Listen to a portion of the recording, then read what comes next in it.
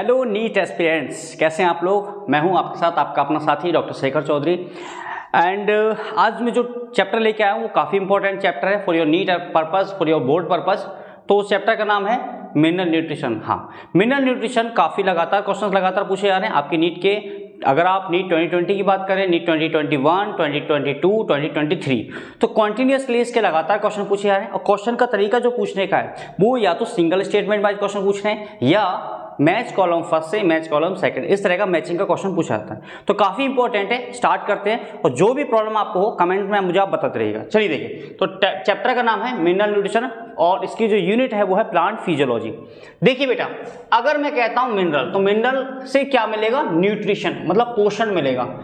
अगर बेटा मैं यहाँ, ये तो प्लांट्स की बात कर रहे हैं, और अगर मैं बात एनिमल्स की करता हूँ, अगर बात मैं एनिमल्स की, ह्यूमन की बात करता हूं, तो ह्यूमन के अंदर अगर आप देखेंगे तो जो न्यूट्रिशन है, हम देखो मैं बोल रहा हूं, आप सुन रहे हैं, आप लिख रहे हैं, पढ़ रहे हैं, इन सब के लिए क्या चाहिए? एनर्जी। ये जो एनर्जी है, ये एनर्जी मिलेगी किससे?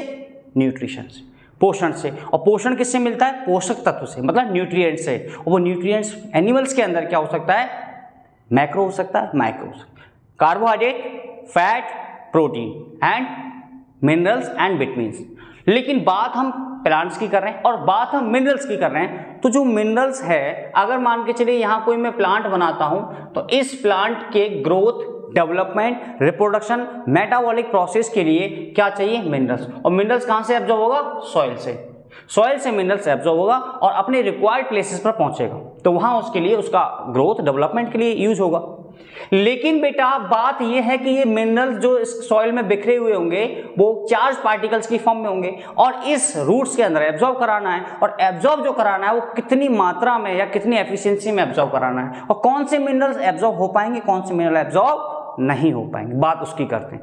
बेटा अगर मैं यहां ये देखता हूं कि यहां पे जो मिनरल्स एब्जॉर्ब हो रहा है वो कितनी अमाउंट में हो रहा है, कितने अमाउंट में हो रहा है, तो क्या मैं सॉइल में देख पाऊंगा? कभी सॉइल को उठाऊं, नीचे घुस जाऊं सॉइल के अंदर, देख पाऊंगा? नहीं देख पाऊंगा। अगर मैं कहता हूं कि यहां मैं किसी मिनरल की कमी कर दूं, उसकी वजह से क्या चेंज प्लांट में आ रहा होगा, क्या मैं ये नोटिस कर पाऊंगा? नहीं कर पाऊंगा। तो ये सब चीजें कैसे देख पाएंगे? जब आप सॉइल से प्लांट को अलग रखोगे। और अलग रखने के लिए सबसे पहला काम किसने किया था? Julius von-sex. वेरी गुड बेटा, वैज्ञानिक का नाम है जूलियस वॉन-सेक्स। बात है 1860 बेटा याद रखना, डेट काफी इंपॉर्टेंट है। 1860 की बात है। जूलियस वॉन-सेक्स ने एक सिस्टम डेवलप किया। इस सिस्टम का नाम था हाइड्रोपोनिक सिस्टम। Hydroponic system. इस हाइड्रोपोनिक सिस्टम को और क्या बोल सकते हैं? Soil free system. Very good बेटा, इस सिस्टम को और क्या बोल सकते हैं? Soil free system. देखिए बेटा, इन्होंने क्या किया प्लांट्स के अंदर, अगर हमें सॉइल में देखना चाहता, अगर मैं सॉइल में देखना चाहता कि कितना मिनरल जरूरी है या कितना मिनरल्स किस रिक्वायरमेंट से, आपका किस एफिशिएंसी से रिक्वायर्ड है, किस एफिशिएंसी से एब्जॉर्ब हो रहा होगा, तो कभी नहीं देख पाता। तो जूलियस वॉन-सेक्स ने एक सिस्टम डेवलप किया। इन्होंने क्या किया? एक कंटेनर बनाया जिसमें इन्होंने क्या किया? प्लांट को लगाया। प्लांट को लगाना है, कहीं ट्री को लगा बैठो, प्लांट को लगाया। अब यहां पर इसमें इन्होंने फनल लगा दी और फनल के थ्रू क्या डालेंगे? मिनरल्स। और साथ में इन्होंने एयर के लिए क्या डाल दी? एयर ट्यूब, इस तरह से। और इस कंटेनर के अंदर इन्होंने पानी भर दिया। किसी भी प्लांट को ग्रो करने के लिए क्या चाहिए? मिनरल चाहिए, वाटर चाहिए। सॉइल तो सिर्फ मजबूती के लिए चाहिए, सॉइल सिर्फ मजबूती के लिए चाहिए। तो यह मजबूती के लिए आपने क्या लगा दिया? यहाँ पर क्लिप लगा दी, साथ में यहाँ पे कॉटन लगा दिया, कोई भी कंटामिनेशन इसके अंदर ना पहुंच जाए। कंटामिनेशन पहुंच जाएगा तो खराब कर देगा इस मीडियम को। तो ये जो मीडियम इन्होंने बनाया, इस मीडियम के अंदर जो इन्होंने वाटर रखा, वो वाटर कैसा रखा? Pure water. कैसा वाटर रखा बेटा? Pure water. प्योर वाटर क्यों रखा? क्योंकि यहां पर अगर पहले से कोई मिनरल ऐड होता और हम मिनरल्स बाहर से डालते तो फिर हम कभी पता ही नहीं कर पाते कि कितनी मिनरल की रिक्वायरमेंट में, कितने मिनरल्स की वजह से यहाँ पर क्या काम हो रहा हो। तो इसीलिए यहाँ पर जो पानी रखा बिल्कुल प्योर रखा।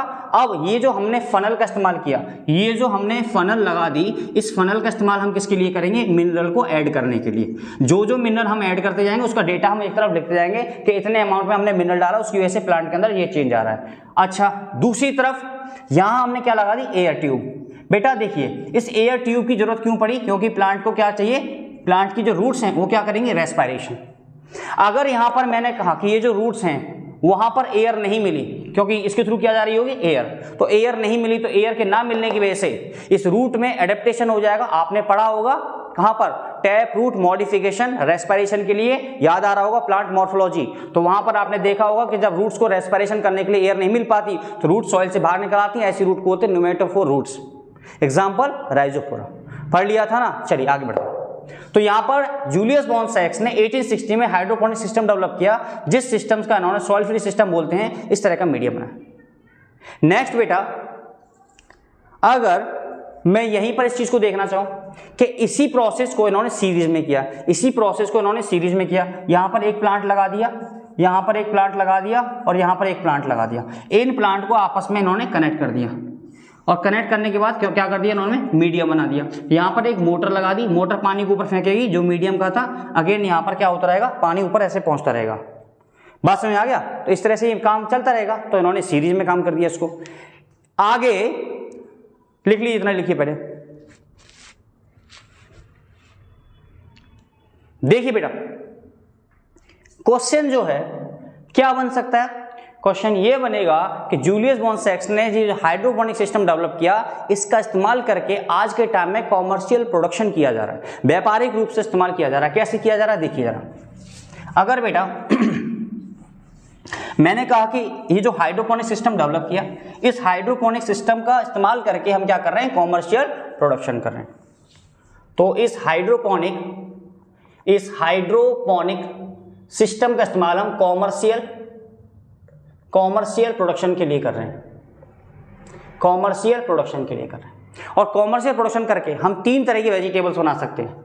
नाम पूछे गए बेटा, पहला टोमेटो, दूसरा सीडलेस कुकुम्बर एंड तीसरा हम क्या बना सकते हैं, लेट्यूस। लेट्यूस किस में इस्तेमाल होता है, सैलिड्स के लिए। तो पहला हम टोमेटो, दूसरा सीडलेस कुकुम्बर और तीसरा लेट्यूस, ये हम कॉमर्शियल प्रोडक्शन इस्तेमाल कर सकते हैं फॉर हाइड्रोपोनिक सिस्टम से। इतना लिखिए फटाफट से, ये सारे इंपॉर्टेंट है, सारा क्वेश्चन पूछा गया, डेटा सारा इंपॉर्टेंट है बेटा। नेक्स्ट इसके बाद देखिए, ये तो हो गया। अब इसके बाद क्या देखेंगे हम लोग, अब हम देखेंगे कि इजेंशियलिटी ऑफ मिनरल्स, किस मिनरल की इजेंशियलिटी या कि कौन सा मिनरल ज्यादा इजेंशियल होगा, किस तरह से वो एब्जॉर्ब होगा। तो बेटा मैंने कहा अगर हम बात करते हैं, there are more than 105 elements are discovered. यहां पर बेटा 105 से ज्यादा एलिमेंट्स आपके हैं, लेकिन प्लांट्स की अगर बात करता हूं, in plants there are more than 60 elements are required. तो प्लांट्स के अंदर 60 elements, more than 60 elements required है, और टोटल है कितने, मोर देन 105 एलिमेंट्स। अब किसमें कितना एब्जॉर्ब होगा वो डिपेंड करेगा सॉइल के ऊपर। जैसे मान के चलिए अगर कोई प्लांट ये वाला, ये कोई प्लांट बना दिया और ये प्लांट ऐसी सॉइल में ग्रो कर रहा है, ये प्लांट, ये पहला एग्जांपल हो गया केस 1, ये प्लांट ऐसी सॉइल में ग्रो कर रहा है जो सॉइल कैसी है, रेडियो एक्टिव सॉइल है। ये सॉइल कैसी है, रेडियो एक्टिव सॉइल है। रेडियो एक्टिव सॉइल का मतलब क्या हो गया, रेडियो एक्टिव जोन में है, रेडियो एक्टिव जोन में है। अब इसके अंदर, सॉइल के अंदर जो एलिमेंट्स मिलेंगे ज्यादा मात्रा में, वो कौन से मिलेंगे, रेडियो एक्टिव एलिमेंट्स। वो एलिमेंट्स कौन से मिलेंगे बेटा, रेडियो एक्टिव एलिमेंट्स। तो इस प्लांट के अंदर भी एब्जॉर्प्शन जिसका होगा वो कौन से एलिमेंट्स का ज्यादा होगा, रेडियो एक्टिव एलिमेंट्स का एब्जॉर्प्शन ज्यादा होगा। और वो रेडियो एक्टिव एलिमेंट्स का एग्जांपल क्या हो सकता है अगर मैं बोलूं यहां पर, तो 2 हो सकते हैं, या तो वैसे तो बहुत है लेकिन मैं 2 को लेकर चल रहा हूं, यूरेनियम हो सकता है, दूसरा क्या हो सकता है, दूसरा हो सकता है आपका सेलेनियम। यूरेनियम हो सकता है, सेलेनियम हो सकता है। तो बेटा सुनिए, ऐसा प्लांट आपको कहीं दिख जाए जहां पर यूरेनियम भर चुका है, उखाड़ लेना, ले जाना घर पे, मंडी लगा के बेच देना। अरे बहुत पैसे को भैया, यूरेनियम सबसे महंगी वस्तु होती है, महंगी धातु होती है, महंगा मिनरल है। जिस कंट्री के पास यूरेनियम का भंडार है वो कंट्री सबसे ज्यादा पैसे वाली है, क्योंकि यूरेनियम से क्या बनाया जाता है, परमाणु बम, ठीक है, इसलिए। और ऐसा नहीं परमाणु बम बनाया जाता है, बिजली भी बनाई जाती है, एनर्जी बनाई जाती है, तो एनर्जी के लिए भी। चलिए, तो ये हमारा पहला केस हो गया। दूसरे केस की अगर बात करते हैं, कोई ऐसा प्लांट जो कहां ग्रो कर रहा है, ऐसी जगह जहां पर क्या है, गोल्ड की माइन, तो गोल्ड माइन है वहां पर ग्रो कर रहा है, तो उस प्लांट के अंदर क्या एब्जॉर्ब हो जाएगा, गोल्ड। AU को किससे रिप्रेजेंट करते हैं, गोल्ड से, और AG को सिल्वर से। तो उसके अंदर क्या एब्जॉर्ब हो जाएगा, गोल्ड जो होगा वो आपका बहुत ज्यादा अमाउंट में एब्जॉर्ब हो जाएगा। ठीक, तीसरे केस की अगर बात करते हैं, ऐसा नहीं है कि भैया हर चीज एब्जॉर्ब ही होगी, किसी ना किसी चीज की डेफिशिएंसी भी तो होगी। अब डेफिशिएंसी की बात करते हैं, केस नंबर 3, यहां देख लो, यहां देखिए, अगर मैंने कहा कोई प्लांट है, उस प्लांट में वो प्लांट ऐसी जगह पे ग्रो कर रहा है जहां उस सॉइल के अंदर नाइट्रोजन की डेफिशिएंसी है, तो ऐसा प्लांट जो ऐसी सॉइल में ग्रो करेगा जहां पर नाइट्रोजन की डेफिशिएंसी है। अब नाइट्रोजन की डेफिशिएंसी उस प्लांट्स के अंदर है तो वो ऐसी सॉइल क्या कहलाएगी, नाइट्रोजन डेफिशिएंट सॉइल। और ऐसा प्लांट, ये जो प्लांट नाइट्रोजन डेफिशिएंट सॉइल में ग्रो कर रहा है, ऐसे प्लांट को बोलेंगे नाइट्रोजन, ऐसी सॉइल है नाइट्रोजन डेफिशिएंट सॉइल। तो ये प्लांट उसमें ग्रो कर रहा है, तो यहां पर जो कमी होगी वो किसकी हो जाएगी, नाइट्रोजन की। तो इस प्लांट्स के अंदर जो कम अमाउंट में क्या एब्जॉर्ब हो पाएगा, नाइट्रोजन कम अमाउंट में एब्जॉर्ब हो पाएगा। इतना लिखिए पहले। चलिए, अब नाइट्रोजन कम अमाउंट में एब्जॉर्ब हो पाएगा, तो यहां पर इस प्लांट्स के अंदर कुछ क्या हो जाएंगे, एडेप्टेशन आएंगे, क्योंकि प्लांट है अपनी जगह बदल नहीं सकता, जहां है वहीं रहेगा, इसको अपने आप को सर्वाइव करना है, तो सर्वाइव करने के लिए कुछ एडेप्टेशन या कुछ मॉडिफिकेशन यहां पर आएंगे। तो यहां पर जो मॉडिफिकेशन या एडेप्टेशन आएंगे वो क्या करेगी, ये जो नॉर्मल प्लांट था जिसकी लीफ ऐसी थी कभी, या जिसकी लीफ ऐसी थी कभी, आज उसकी लीफ कैसी हो गई, चेंज हो गई, इस तरह की। तो लीफ का जो आकार है, लीफ की जो शेप है वो बदल गई, और ऐसी लीफ को आप क्या बोलते हैं, पिचर। ऐसी लीफ को आप क्या बोलते हैं, पिचर। और ऐसे प्लांट को क्या बोलते हैं, इंसेक्टिवोरस प्लांट। इंसेक्टिवोरस प्लांट क्यों, क्योंकि ये क्या करेंगे, जब इंसेक्ट बाहर से कोई भी इंसेक्ट आएगा तो ये इसको ट्रैप कर लेगा, और ट्रैप करने के बाद इसके अंदर जो भी डाइजेस्टिव एंजाइम होंगे वो इस इंसेक्ट्स के नाइट्रोजन को निकालकर अपने लिए यूज कर लेगा। तो ऐसे प्लांट को, ऐसी लीफ को बोलते हैं पिक्चर, और ऐसे प्लांट को बोलते हैं इंसेक्टिवोरस प्लांट। और एग्जांपल हो जाएगा इसका निपेंथीज, एग्जांपल हो जाएगा निपेंथीज। चलिए, बहुत इंपॉर्टेंट है। अब आपके लिए जो क्वेश्चन है बेटा, वो क्वेश्चन ये है कि इस प्लांट्स के अंदर जो भी एडेप्टेशन आया है, जो भी मॉडिफिकेशन हुआ है, वो किस तरह का एडेप्टेशन है। ऑप्शन है बिहेवियर, फिजियोलॉजिकल या मॉर्फोलॉजिकल।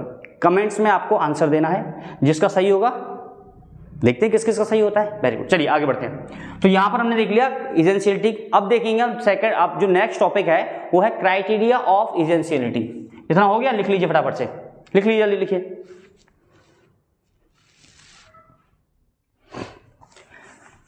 नेक्स्ट बेटा, नेक्स्ट इसके बाद हम देखेंगे क्राइटेरिया फॉर एसेंशियलिटी, कि क्या क्या मिनरल्स के क्राइटेरिया हो सकते हैं। क्यों एसेंशियल है, इसका कोई क्राइटेरिया तो होगा कि भैया बोल दिया नहीं प्लांट्स है, प्लांट्स को मिनरल चाहिए। अरे मिनरल जो चाहिए वो क्यों चाहिए, कोई तो क्राइटेरिया होगा, क्यों चाहिए। तो उस क्राइटेरिया को हम यहाँ देखना चाहेंगे कि क्या क्या क्राइटेरिया हो सकते हैं मिनरल्स के प्लांट्स के अंदर। तो बेटा टॉपिक है क्राइटेरिया फॉर एसेंशियलिटी। चलिए, क्राइटेरिया फॉर एसेंशियलिटी देखिए, अगर मैं आपसे बात करता हूं थोड़ा सा निमोनिक को लेकर, कोई भी बहुत टफ ऑपरेशन जब होता है, ऑपरेशन मतलब ये नहीं ऑपरेशन थिएटर में होना, मैं उस ऑपरेशन की बात कर रहा हूं जैसे कहीं भी टेररिस्ट अटैक हो गया, तो वहां पर लोकल पुलिस जो होगी वो तो काम नहीं कर पाएगी, उनको तो ट्रेनिंग इतनी मिलती नहीं है। तो जो इस तरह की बहुत ही विषम परिस्थितियों में लड़ने की जो ट्रेनिंग दी जाती है वो कौन सी इंडियन फोर्स को दी जाती है, NSG कमांडोज। तो NSG की जगह आपको NSD लिखना है बस। ये भी तो कमांडो है, हमारे मिनरल भी तो कमांडो हैं। अरे प्लांट्स के लिए भैया क्या काम कर रहे हैं, देखो स्पेशल ट्रेनिंग मिली हुई है। तो NSD, N का मतलब क्या हो गया बेटा, नेसेसरी। S का मतलब क्या हो गया, स्पेसिफिक।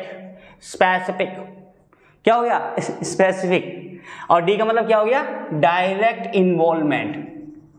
डायरेक्ट इन्वॉल्वमेंट, देखिए बेटा याद हो गया, N for necessary, S for specific, D for direct involvement. Plants के लिए जो भी मिनरल्स हैं वो नेसेसरी है। क्यों नेसेसरी, क्योंकि प्लांट्स के अंदर प्लांट की ग्रोथ, उसका डेवलपमेंट और साथ के साथ उसमें रिप्रोडक्शन कराने के लिए मिनरल्स की रिक्वायरमेंट होगी। ठीक, दूसरा जो पॉइंट है वो क्या है, specific. Each and every mineral have specific in nature. इसका मतलब ये हो गया जो भी मिनरल है वो अपने आप में स्पेसिफिक नेचर होगा। इसका मतलब क्या हो गया कि अगर मैंने कहा किसी प्लांट्स के अंदर नाइट्रोजन की डेफिशिएंसी हो रही है, किसी प्लांट्स के अंदर नाइट्रोजन की कमी हो रही है, तो उसे बोरोन से कभी दूर नहीं कर सकते। और बोरॉन की हो रही तो सल्फर से नहीं कर सकते। इसका मतलब ये कि जिस मिनरल्स की रिक्वायरमेंट प्लांट में होगी उस प्लांट्स में वही मिनरल को डालकर हम डेफिशिएंसी को दूर कर सकते हैं, किसी और से हम चेंज नहीं कर सकते। इसीलिए लिख सकते हैं each and every mineral are specific in nature, are specific in nature. हो गया, समझ में आ गया बेटा? हम किसी से चेंज नहीं कर सकते। जितने भी मिनरल्स हैं, जितने भी आपका मोर देन 60 आपके एलिमेंट्स दे रहे हैं, सबका स्पेसिफिक नेचर होगा। लिखिए फटाफट से,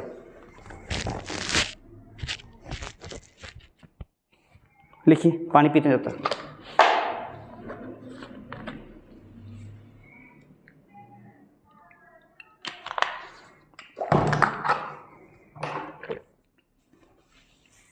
चलिए देखिए, अब लास्ट वाला देखते हैं, डी। डी का मतलब क्या हो गया? Direct involvement. देखिए, जो भी मिनरल्स, मान के चलिए अगर ये कोई प्लांट है, इस प्लांट की लीफ में हमें पता चल रहा है कि कोई कमी दिख रही है। मान के चलिए प्लांट्स के अंदर हमें पीली पड़ रही है लीफ, येलोनेस हो रही है, क्लोरोसिस हो रही है। तो मान के चलिए अगर हमने जिस मिनरल्स की वजह से ये कमी हो रही है उस मिनरल को हमने डाल दिया, तो उस मिनरल की वजह से इसमें क्या हो जाएगा? परिवर्तन आ जाएगा। और उसी को हम क्या बोलते हैं? Direct involvement. उसकी वजह से क्या हो जाएगा? उसकी मेटाबॉलिज्म पर प्रभाव पड़ेगा। तो डायरेक्ट इन्वॉल्वमेंट क्या हो गया? जो भी मिनरल की कमी है प्लांट्स में देने से उसकी मेटाबॉलिज्म या उसके अंदर जो जरूरतें हैं वो पूरी हो जाएगी। ठीक है, ये हो गया क्राइटेरिया फॉर एसेंशियलिटी। अब सुनिए, यहां तक तो बात समझ में आ गई।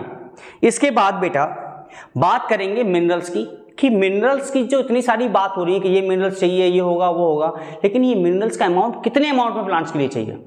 ऐसा तो है नहीं कि सारे मिनरल्स एक जैसे अमाउंट में प्लांट्स के लिए चाहिए, एक जैसे अमाउंट में प्लांट में काम करेगा, नहीं, कभी नहीं हो सकता। देखिए बेटा, ये जो मिनरल हैं उनकी रिक्वायरमेंट के बेसिस पे ही मिनरल्स को दो टाइप पर डिवाइड किया गया है। एक ऐसे मिनरल जिनकी रिक्वायरमेंट प्लांट में सबसे ज्यादा होती है, जो लार्ज अमाउंट में प्लांट में एब्जॉर्ब होता है, उसको बोलते हैं मैक्रो मिनरल्स। दूसरी तरफ ऐसे मिनरल जिनकी रिक्वायरमेंट प्लांट्स के अंदर बहुत कम होती है, ट्रेस होती है, स्मॉल अमाउंट में चाहिए, ऐसे मिनरल्स को बोलते हैं माइक्रो मिनरल्स। समझ में आया? चलिए, तो मिनरल्स दो टाइप के हो सकते हैं on the basis of requirement, macro minerals और माइक्रो मिनरल्स। फटाफट से लिखते हैं उसको, देखिए।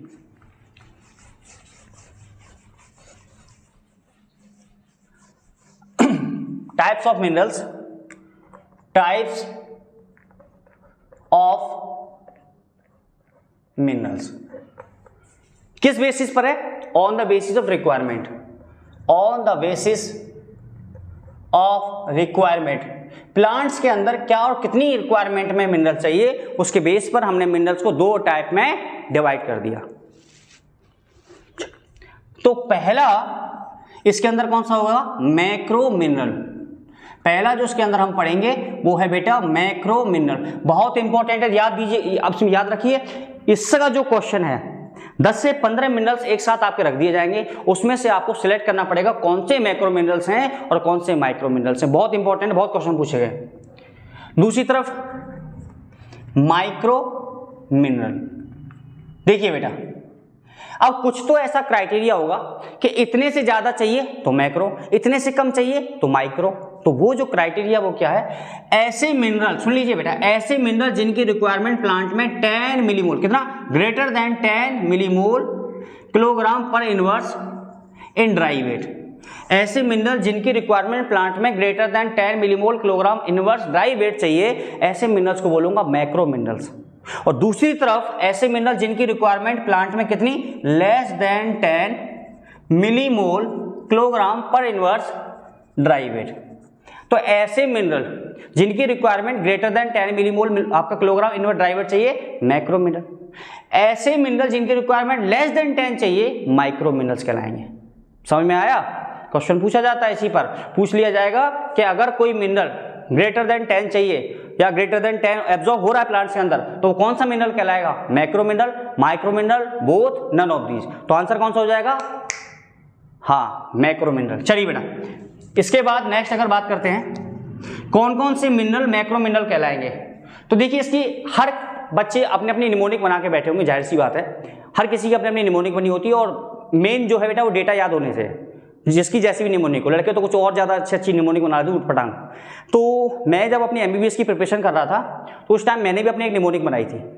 तो मैंने एक मूवी देखी थी पीके, मैंने पीके मूवी देखी थी। उससे मैं पीके मूवी से मैंने एक चीज़ देखी तो उसमें क्या था, हाँ वो पीके वो वाली रिमोट लेके घूमता है, रेडियो लेके घूमता है ना, हाँ। तो पीके मूवी में वो मंदिर से जो दान पात्र होता है उसमें से पैसे निकाल लेता है पीके। अब उसको पीटने के लिए आते हैं, तो कुछ तो चढ़ाया नहीं, निकालो लिया, ये तो गलत बात है।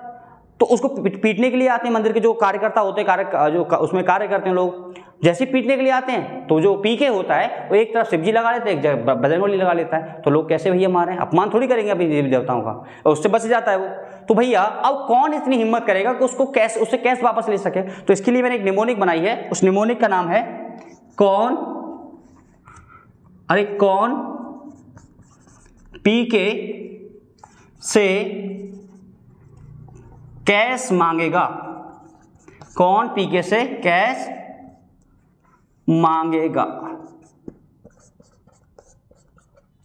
कौन पीके से कैश मांगेगा। तो ये निमोनिक हो गई कि कौन पीके से कैश मांगे। देखिए कौन, इधर लिखते हैं कौन पीके से कैश मांगेगा, हो गया। अरे C4 carbon, H4 hydrogen, O4 oxygen, N4 nitrogen, P4 phosphorus, K4 potassium, S4 sulphur, S4 sulphur, Ca4 calcium, Mg4 magnesium. याद हो गया। अरे कौन पीके से कैश मांगेगा, carbon, hydrogen, oxygen, nitrogen, phosphorus, potassium, sulphur, calcium और मैग्नीशियम। चलिए बेटा, तो ये जो मिनरल्स हैं वो सारे मिनरल्स अगर आपको जहां भी दिखेंगे वो सारे मिनरल्स कौन से होंगे, मैक्रो मिनरल। मतलब ये ऐसे मिनरल जिनकी रिक्वायरमेंट प्लांट्स के अंदर greater than 10 millimole kilogram inverse in dry weight चाहिए, जो लार्ज क्वांटिटी में प्लांट्स के अंदर चाहिए, वो क्या कहलाएंगे, मैक्रो मिनरल। समझ में आया। बहुत ज्यादा क्वेश्चन पूछा जाता है, याद रखना है, जैसे भी आपको याद हो जाए। अगर आपके पास खुद की कोई निमोनिक्स है दैट इज बेटर, नहीं है तो भैया इस पीके को याद कर लो, ठीक है। माइक्रो मिनरल के बारे में हम नेक्स्ट लेक्चर में पढ़ेंगे, और अभी तक जो चीज़ समझ में आई है उसको रिवाइज करना, उस पर क्वेश्चन आपके लगाने हैं। देखिए बेटा, सिलेक्शन तभी होता है जब आपने जो पढ़ा है उसके साथ के साथ क्वेश्चन लगाते चलें, वर्डन नहीं होगा। अगर आप इकट्ठा करके रखें तो वर्डन बन जाएगा, फिर आपके क्वेश्चन नहीं हो पाएंगे। तो जो पढ़ रहे हो साथ साथ उसको लगाते जाओ, ठीक है, बहुत ईजी तरीका है। और अगर कोई भी ऐसी कोई क्वेरी हो आपकी कि इसमें कुछ और ऐड किया जाए या इसमें कुछ सजेशन आपका हो तो प्लीज़ आप कमेंट्स में बताइए मुझे, और मैं उस पर काम करूंगा, ठीक है। चलिए मिलते हैं नेक्स्ट लेक्चर में, टेक केयर।